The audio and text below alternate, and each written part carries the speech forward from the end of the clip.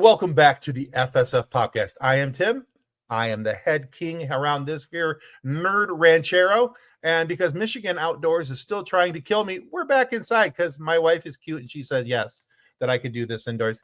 Thank you, honey. Anyway, today our guest is an amazing voice actor whose intro I am happily stealing from her IMDb page, because sometimes when you find gold, you just have to reuse it. And frankly, this is gold.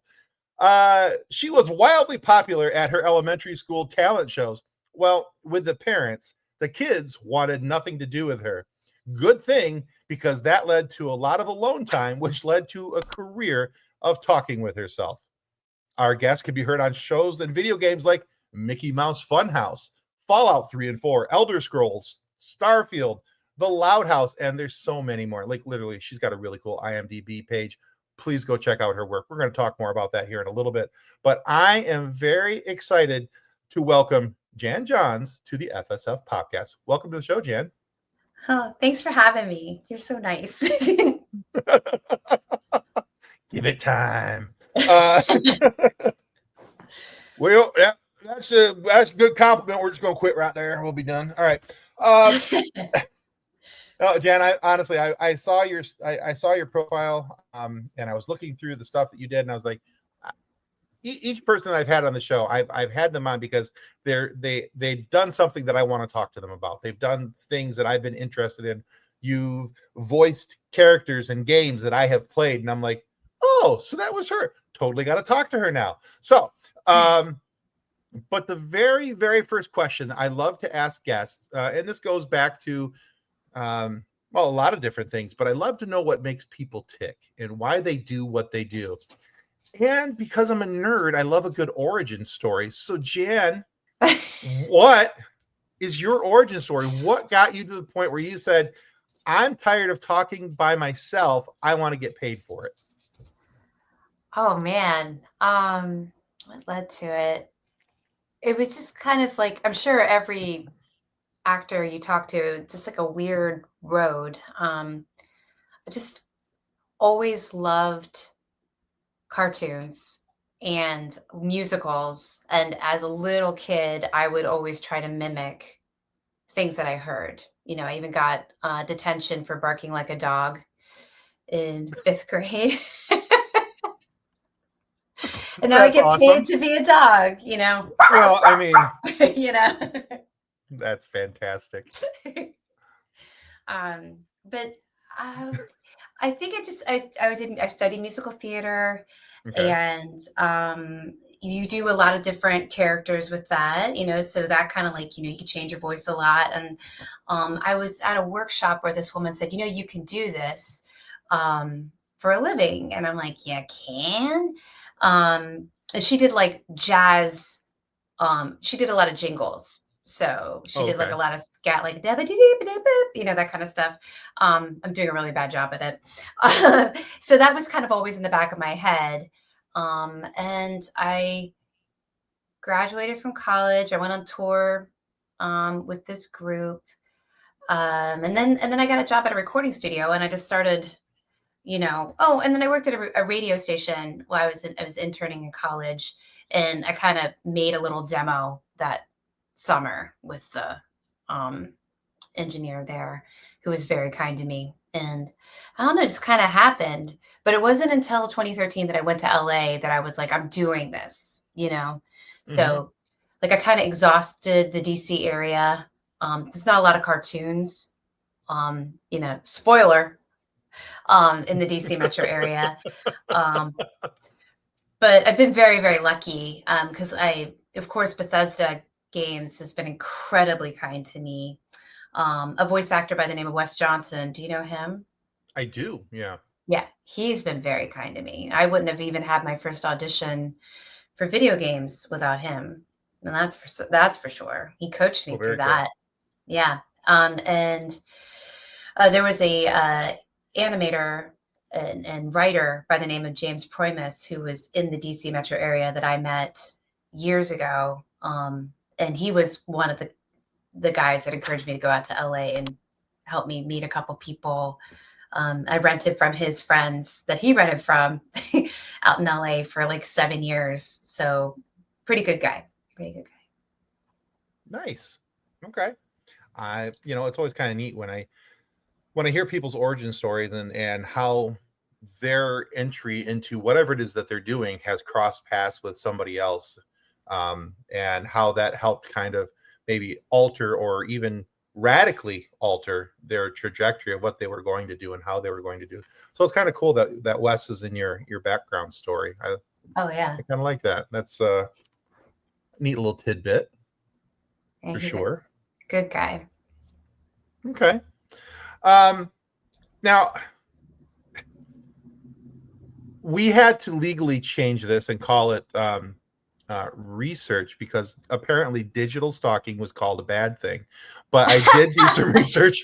I did do some research on you, and I was doing most of that on Instagram, and I was having some fun looking through your Instagram page. And so first and foremost, I wanted to talk to you about, because I thought this was a really cool topic, and I think that a lot of people, especially in our modern age, need to be able to learn how to handle rejection and being told no, about life in general.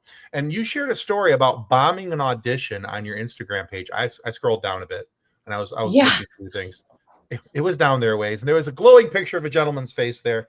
But how you talked about not only that you didn't do well on the audition, but how you handled it and how you were able to help move forward with this help of this very kind and willing to help soul. So why do you feel it's important to learn how to handle rejection, and especially in the business that you have? And what do you do now when the audition doesn't go as well as or as nicely as you would you like? And does Starbucks still get all your money? Well, it was a gift card, so. Oh well, okay then. Yeah. This is a really good question. So that photo is James Primus, who had passed a year ago, earlier this month. Oh no, I'm sorry to hear that. And oh yeah, me too, because he is such a good guy. But I had a professor say to me years ago, and this is like, in the before times where we went in for auditions, and I did on camera, Mhm. commercials. I didn't do a lot of it, but I did a lot of auditioning for it. He said, always plan something to look forward to after an audition Okay. or a callback, so, you have something like, is it a phone call with a friend, you're going for a walk, you're getting a coffee, you're Mhm. going out to dinner, you're making this new recipe, just something small to look forward to, because like that moment is just a snapshot in time that does not define you. Um, you might think about it at 3 a.m. 7 years later, but still, it Yeah, I doesn't get define that. you. But I think it's kind of the tool du jour. I just have like a little bit of a toolbox of like some different things I could do other than shred myself apart, which Sure. is one of the tools, unfortunately. So when I find myself doing that, I try to go for grace for myself. Like, what would I tell a friend? Um, Sure. I try to remind myself that this is not personal. So anybody that's looking to get into the business, I encourage them to look into the casting side, because that teaches you a lot, because it shows you there's so many things way out of control. Like, I've done some casting, and you have your favorites that you think, oh, they're definitely going to love them. And then they don't. And then you're like, oh, we want this other person, or my nephew does it. Let me bring him in, and I'm like, wait, what? Sure. Um, so it's kind of a combo. Also, I do have a personal favorite called the pity party. Do you know about this? No, but I'm willing to listen. So I don't do this often, but when they're big and when they hurt like a lot, I will set an alarm for 15 to 30 minutes, just and let it out. I'll cry. I'll hit something, like not anyone, Okay. like a pillow. Sure. I'll Sure. scream into a pillow. I'll laugh, I'll rage dance, whatever it is, whatever it is. But I give myself permission to have that. And then once that alarm goes off, I'm done. It's done. Nice. Yeah. Okay. I actually like that. Yeah. No, I can get behind that. I like that. Because I mean, look, I mean, we're all dealing with different stresses, pressures, and anxieties from just everyday life, right? Whether it's Right. going out an audition or I'm in sales and I bomb a sale, and I think, and trust me, I lay in bed some nights thinking about, well, if I had just worded it this way, maybe they would have bought that truck. Right. Because it's a So performance. It really well, is. yeah, in some ways, you're absolutely correct. Mhm. And so I think I really enjoy that from the aspect of you have to have something to release all that anxiety buildup and all that pressure and stress and everything else. So being able to have that I see that as a very healthy release. I think that's a great idea. Oh, I have one more. Yeah, go for There's it. because I'm auditioning pretty much every day, and I never hear anything. I never hear it was great, it was terrible, you got close, or we never even thought about you. Um, you hear nothing. So the way I try to frame it is, I am every day sharpening my skills, and if it didn't work out for this one, I've built uh the beginnings of a character that I can build upon for something else, like, so whatever it is. So nothing's ever lost. Sure. I like Yeah. that. So building blocks help you, maybe this one didn't go, maybe next one will be better because I learned this from that. Okay. Right. Yeah. All right. Excellent. All right. So continuing on our digital stalking.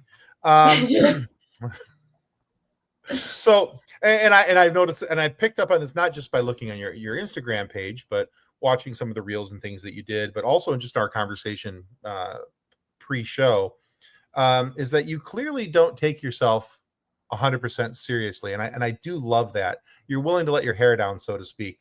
So my question for you is, where does this mindset come from? Is this something that was ingrained and you come by it honestly and naturally, or is this something that you had to teach yourself over the years? um I think I don't know, it's a little bit of both. I think we've all been through a lot of stuff over these past several years in particular. But i've had i've had some I've had some sad moments, and I just want to live in joy, and I want to enjoy life as much as I can, right? And I want to Right. spread and be a joy maker for other people. So it's more that if I can help someone else have a good day, that makes my day worthwhile, if that makes sense. Perfect. No, it does. I I like it when I talk to people and they talk about, because I mean, really, you're looking at it from this almost of a position of service where you're helping and assisting others to make sure that they have a good day. And I think that if you're willing to do that, if you're willing to take a step back and focus on others first, that has a reciprocal way of coming back around to you, and you'll find that. I don't know if you can call it what you want. You can call it karma if you like. You can call it, happenstance or whatever. But I think that if you're willing to do that and you're willing to put the effort in to make help, even in just some small finite way, somebody's day better, I really do think that comes back to you at some point, and it does make your life better in the long run. Yeah. Yeah, no, I agree. And just even in that moment, because I mean, I'm sure you can think back to, some stranger said something that, Mhm. completely changed the trajectory of your day, just Oh, for with a sure. smile or a chuckle, or just like pull my finger, like whatever, you know. But I don't know. It's such a powerful thing, and it really doesn't cost you a thing just Hmm. to give that to somebody. Yeah. I, it's funny that you mentioned that. You talk about a stranger doing something nice for you. Um, so for those who aren't familiar, My daughter was in the hospital for 97 days back in 2019, and while we were in the hospital, we were in the rehab hospital actually for her to be able. She had to learn how to be retaught how to walk and hold spoons and things because she had a neurological disorder. Um, she had to go back to the children's hospital to go back to the ICU because she had aspirated on some watermelon. This is when we found out that she was having swallowing issues, and we had to. Opened up a whole different can of worms, and I was outside of my head. Just my brain was scrambled eggs at that moment. But as I was walking out the door, one of the other parents in a couple rooms down from us walked out, handed me his business card, said, "Hey, if you need to talk, here's my number." And it was a really nice thing because on the back of the card, he wrote a small note, just said, "Going back to the hospital isn't the worst thing. We've had to do it with our daughter. You'll be back here and you'll be stronger before you know it." Wow. And it was just and I still have that business card. I have it saved because in that moment when you're feeling hopeless, helpless, and all these other things, to have somebody, go outside of what was needed, required, whatever you want to call it, and be willing to do that was changed that whole day for me. Because now I was looking at that visit as not, oh my God, we're going back to the hospital, but hey, this is just a temporary setback. We're going to be back here real soon, and she's going to be moving forward again. So it was kind of an interesting thing. So that's how I can relate best to that, I think. That's huge. Yeah. So What a good guy. It's so nice. Yeah, his name is Travis, and I still talk with him every once in a while. I just called him a couple weeks back because one of his daughters was having some health issues, so I was checking in on him, making sure him and his wife were okay. Because, like us, they've had an interesting 6 years. So from the time in the hospital to here. So, but yeah. So hey, this is supposed to be a fun, nerdy conversation. So let's turn it back up. But I like the fact that that's a little bit of something that's been ingrained in you, plus something that you've kind of refined over the time. So that's cool. All right, let's talk a little bit about your process for work and how you do voices and some of these things, because now some of the voice actors that I've talked to over the years, they like to see what the character looks like. So they're hoping for maybe some sheets, so some drawings of what the character looks like in different poses and different attitudes or feelings that the character could or should be going through. Or some they feel like in order to add a voice, all they need to do is know a little bit about the person. So they're just looking for a character sheet telling them some personality traits and things like that about who and what they're voicing. But when it comes to Jan Johns, not Jan Jans, by the way, Jan John. I had to slide that in there at least once. But when it comes to you and your work, what do you find works best for you? Do you have a preference one way or the other, or do you find that it's 6 of one, half in a little column A, a little column B? Yeah, I think a little column A, a little column B, because also we don't really have control, at least from my perspective, of what information we do get. Like for video games, we don't even know, right? And Sure. Unless we're reprising a role. But generally it's, here are the lines, day of, go, and that I really love to collaborate with the voice director and the writers. What are we going for, and like kind of discover that together. So that could be really fun. With auditions, I research a lot, especially like as much information as I can get about who's writing, who's producing, who's directing, past work they've done. Is this a super cartoony show? Is it, which I love, but I also love if it's more cinematic. Like I love that chance to be like genuine and grounded and gritty as well. So I kind of like to see what I can find, if that makes sense. Mm-hmm. And then I read it ad nauseum,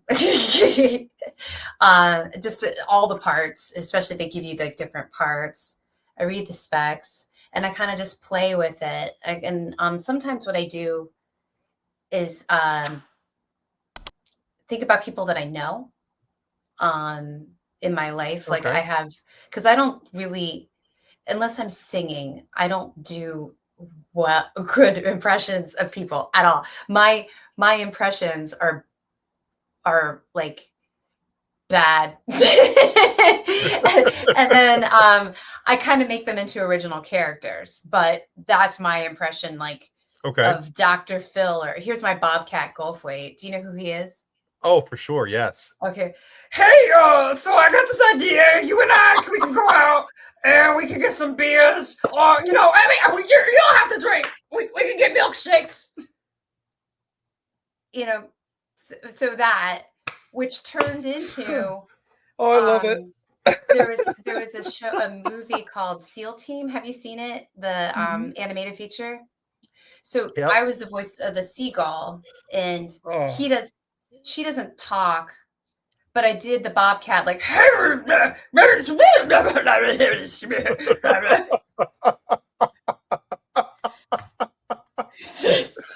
I will never not love that. I will probably save that as a clip. You're probably going to see that on Instagram later. I'm not going to lie to you.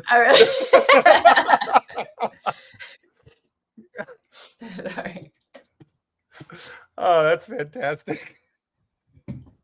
So I don't know if that really, I mean, my process is kind of all over the place. Like I don't like to get locked into one way of doing things, because every day is different, every character is different, every project is different. So I'm not gonna walk around all day trying to feel how a character feels. You know, while that is a noble thing, that's too deep for me. If that makes sense. No, it does very much so. I think I can get behind that.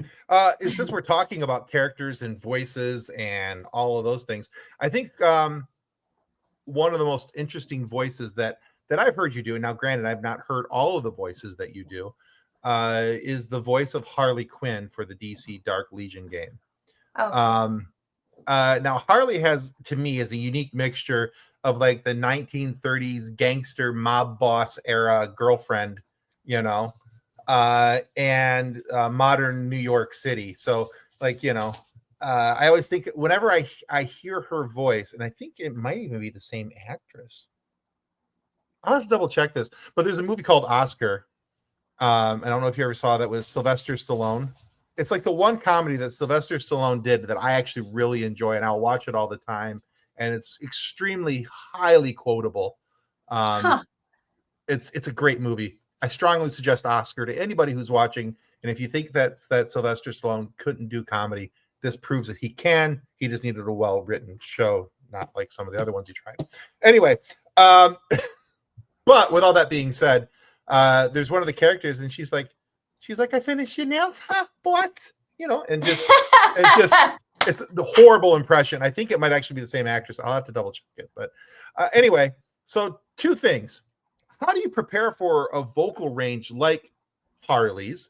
And secondly, what do you think about when you're voicing possibly the craziest character in DC next to the Joker, who actually she might be crazier than the Joker because she loves the Joker and they're both crazy. She loves something that's Right. crazy. Well, when you're crazy, you don't think you're crazy.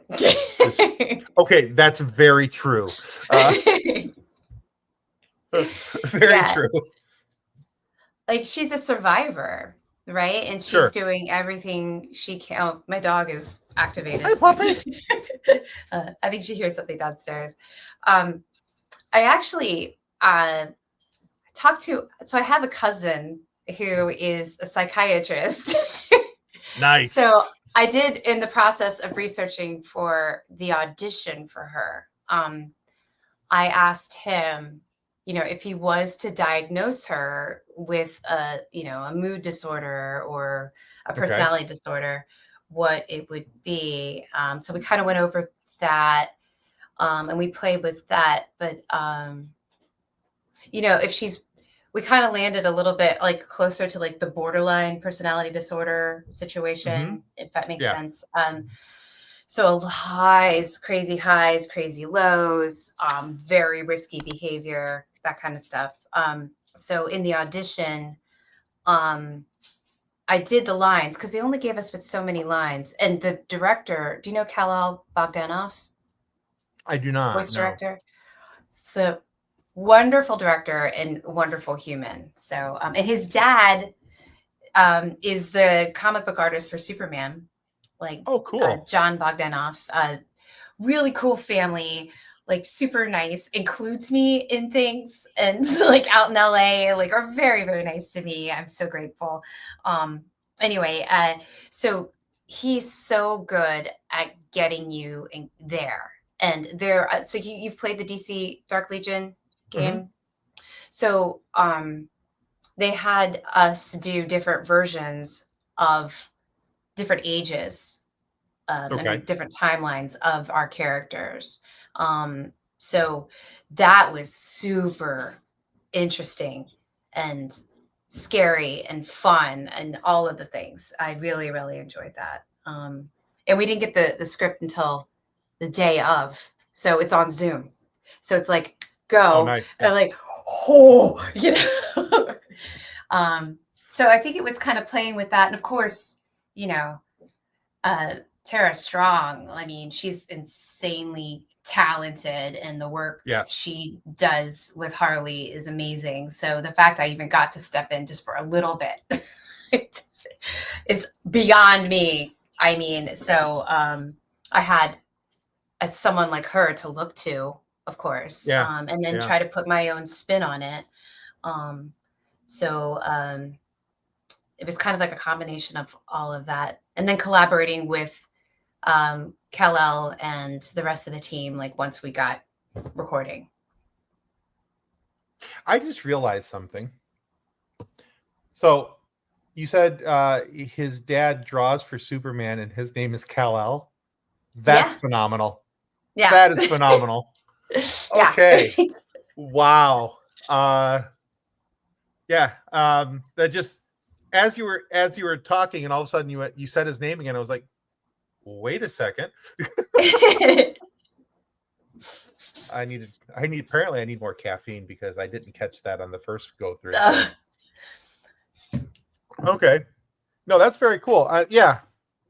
Tara has done some great work with Harley, and Oh yeah. it's kind of one of the things I like about the voice acting business, though, is that you can hear influences from other people when somebody new takes on the role. You know, especially if they're trying to if the voice director is trying to find a certain sound that's comparable because they're trying to hit a certain storyline or a certain character arc or something along those lines. And to me, that's just kind of interesting because I can't sound like anybody. And when I do impressions, it's a horrible caricature of what they do, who they are and what they sound like. So for me, that's always kind of a cool thing for me. So that's one of the things I think I really respect most about, when it comes to voice acting, is that when I hear that, okay, so Tara did it this way, but Jan did it this way. And then I think it was Arlene Sorkin who did the original, and so then she did it that way. And, it's just, to me, it's very cool how people take this little bit here, and then make it their own. Or Yeah. maybe I'm. No, it's kind of like you're a sound painter because you take from other people's palettes, right? And you kind of like Sure. mix them and you kind of paint with your own little colors and designs of how you see it, right? Yeah. And how it's applicable to the project. Because the worlds are very different between the animated series, Mm-hmm. because there were multiple ones, and then the video game Series. world, Yeah. to the live action Harley. They're all so different. Yeah. Oh, for sure. Okay. That's very cool, and I like that analogy of being a media painter. I like that. That's a cool analogy. It's the first time I've ever heard that analogy, so I like it. All right. Very good. Very good. All right, Jan. So this is suggestion time. Now, I told you earlier. I ask certain questions because I like to know what makes people tick, why they do what they do. And so this is one of those questions that I've added recently because I think it helps give a little bit insight into who you are as a person and what you're consuming and doing. So, in the world of Yan Yans, what are you reading or listening to that you think everybody else should know about? What am I reading or listening? So you're gonna hate this. So I don't Okay. I don't actively read because I'm reading all day. Oh, for sure. Yeah. All day. I that makes me sad though. So I did recently read "Wish You Were Here" by Jodi. I have something Tolcoat. Am I saying it right? I read one of her other books too, like Okay. years ago. They're about a sister or something, and I could hear all these people screaming. Lots of women are screaming at me right now. It's Jodi Bada. What do I listen to a lot of podcasts. I love Dax Shepard. There's a Oh yeah. story Yeah. there though, because so I was helping a friend of mine out at this event, and they are assistant to somebody super fancy, Okay. and I got to go, which was such a thrill. And I was helping them bring in some wine for the event. And in the elevator, I got in the elevator, and Dax Shepard was in the elevator, but I didn't know who he was. But I was surrounded by all these famous people, like famous people, right? And then famous people I absolutely knew the names of, and famous people that I'm like, they're famous, and they look so beautiful. Like they're so shiny and they smell so good, and they have clothes you don't even know where they get them. Like they're just amazing. They're like made of stardust, you know? Nice. Um, so I'm nervous, and I'm in this Okay. elevator with my friend. I'm holding these bottles of wine, and I say to this human, "Hey," because the name of the wine was Pink Wine for Dudes. Do you want some pink wine for dudes? And he goes, "Well, no, I've been sober for 15 years." And then, I'm like, oh, I felt so terrible. And he was so nice and gracious about it. But as penance, I started listening to his podcast. That's fair. Yeah, but what's the name of his podcast? It totally escapes me right now. I know which one you're talking about, but I can't think of the name of it either. But keep talking. I have Google. Oh, yeah. What is it? Because right now I have TV Funhouse theme song stuck in my head from SNL from a million years ago. TV Funhouse, but that's not it. It is Armchair Expert. Armchair Expert. Yes. I love Armchair Expert because I feel like he has some really cool, well, him and Monica have really good interviews, and a lot of actors, which sometimes I'm like, oh, I'm going to hate hearing about how successful they are. But then at the same time, I really hear like about how endearing they are and what they've been through and what they're doing with their lives. And, so, and a Michigan guy. You're from Michigan, yes, right? Yes, Yeah. absolutely. Yeah. So I probably watch a lot more cartoons and TV, Fair. and listen to podcasts than read. Sorry. That's fair. Honestly, I'm not a big reader either. I used to be when I was a kid, and then I found out there was this thing called TV, and I was like, wait a minute. You're telling me that they'll read the stories to me and I get to see pictures about them? But in the last couple years, I've gotten back into I listen to Audible. I do audiobooks. Oh, And yeah. I really enjoy those because to me it helps me especially if they're like the full on like audio drama style with there's sound effects and music and all these different things, because then and I think part of it is that I'm a very visual person, so I pick up on things better when I can see them and observe them. And so but when I'm listening, I can kind of paint the picture in my head. And I just realized that I went like this towards my head and I called myself crazy. So, and everybody who knows me is going like, yeah, duh, Tim, we already knew this. No. All right. Well, I think those are fair answers, and I think anytime you're deciding to watch cartoons is a good time. So Yeah. no arguments, no notes there. All right, Jan, we have Yes. reached the point in this here podcastular interview that we need to ask you a silly question. And Okay. that silly question is because my co-host Kathleen, her and her daughter were out and about, and somebody asked this of her daughter, but not of her. And we were like, and she was like, "Well, that's rude." And I was like, "You're right, it's rude. Nobody should ever age out of that."